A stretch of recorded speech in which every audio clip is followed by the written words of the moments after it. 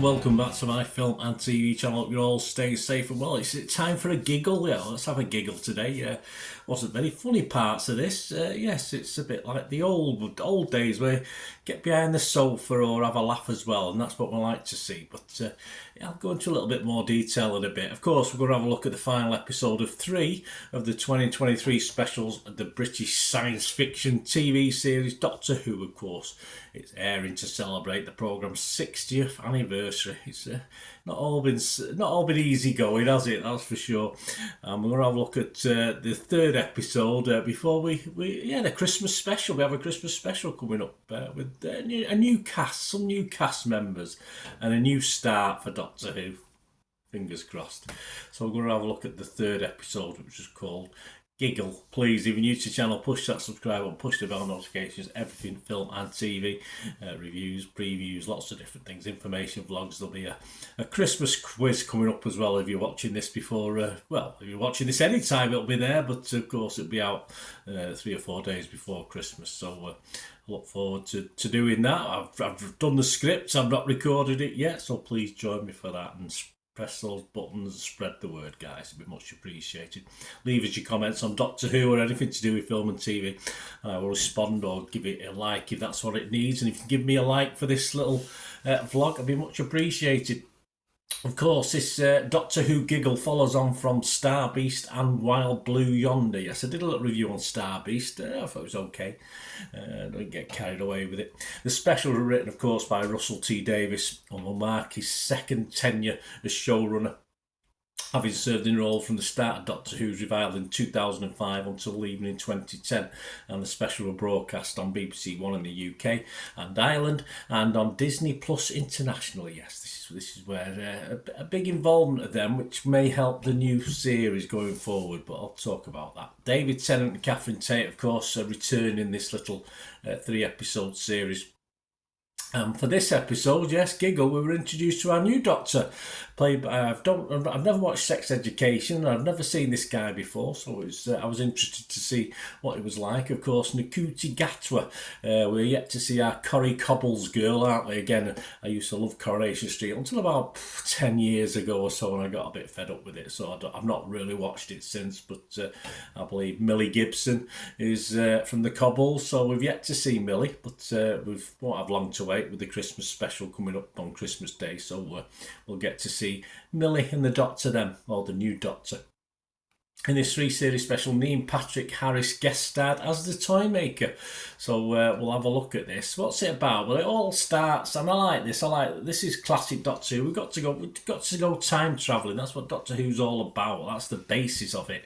So I want to see time travelling, and it starts in 1925 Soho. I have been to Soho in the 80s. That's the last time I went, I think, to Soho. But yes, I've been there, and it did look like it. It probably wasn't it. I don't know. I have no idea. But I just remember it being a small street.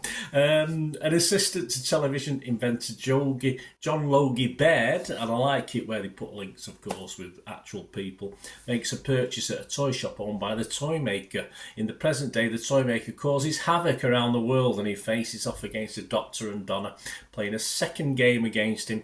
The Doctor loses, yes, it's best out of 3 this, but they agree for a third match to end the draw. The Doctor goes to Unit, reunited with Kate Lethbridge-Stewart, of course, and former companion Melanie Bush, where they discover Toymaker was using a hidden laughing sound in all screens since the advent of television.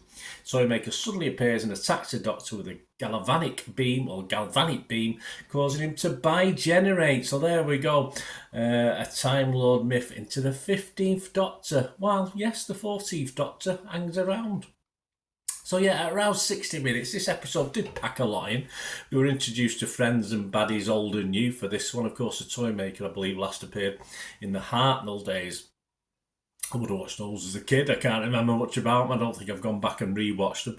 And he's an interesting character. Of course, it's open-ended. We will see this character again, and that's the Tooth. You'll know what I'm talking about. No new companions as yet. Catherine Tate signs off in a typically light way. Not much poignancy or emotion with Catherine Tate in the sad bits that we used to get with people like Billy Piper, of course. And she and the Doctor and Tennant are not exactly killed off. So as we know, what will happen in 10 to 20 years' time, they'll probably get back, won't they? let's hope I'm still here to talk about it. Hey, but who knows? That all depends, of course, and our new doctors and storylines. And we've got to see the chirpy pantless, yes, he played his role, his scenes without pants. Again, watch it to find out. A pantless Gatwa in this episode. The chemistry between him and his new Corrie sidekick can make or break a series, of course, or certainly dent reputations.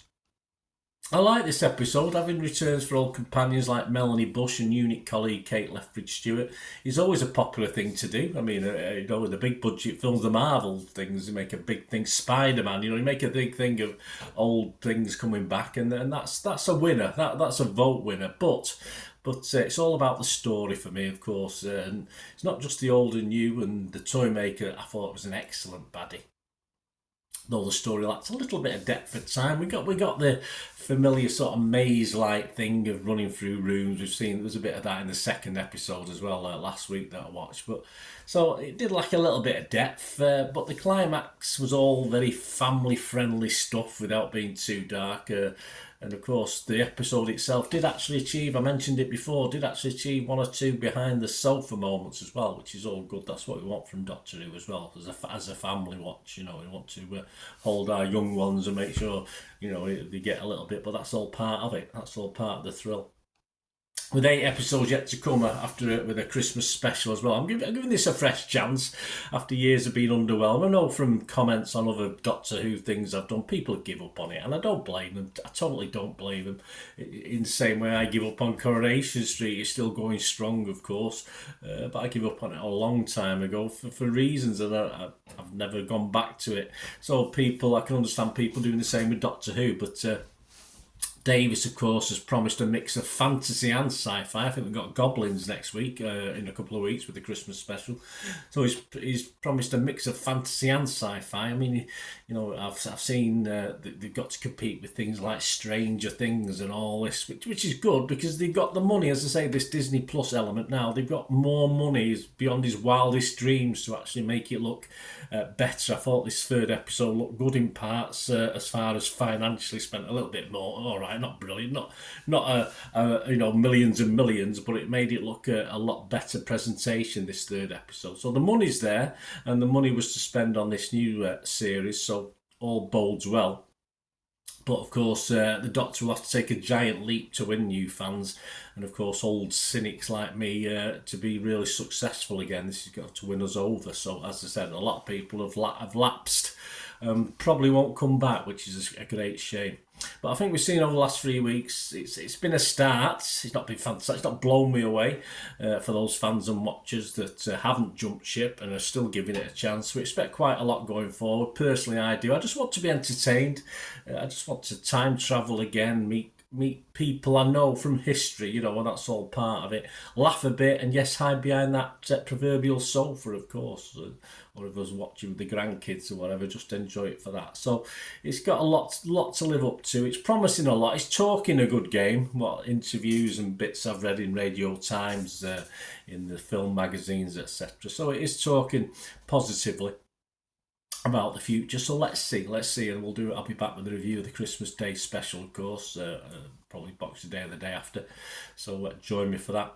Let me know your thoughts, guys. To say, have you jumped ship and you don't want to go back again? But hey, that's it. I mean, I can fully understand that. I jumped ship probably back in time in the 80s and 90s. I had a young family and I just didn't really have time to invest in Doctor Who. It was just one of those things. But I'm back now, and I'm willing to give it another chance anyway, as after the Capaldi years and the Whittaker years, which I was a little bit disappointed. I was very disappointed by after the Billy Piper's type stuff and Tennant, Matt Smith. I like Matt Smith, so we'll see going forward with this new young man. See how he goes on. Anyway, thanks for watching. My scores on this before we go. Yes, I would be fresh Rotten Tomatoes. I would be mixed on Metacritic, and I'm going to give this again, similar to episode 1 that I did a review on. I'm just going to give it a basic 6 out of 10 as watchable, but I want a little bit more than that going forward. Let me know what you think, guys. Great to hear from you. Till we meet again, last one thing, don't I? Please stay safe, everyone. Bye for now.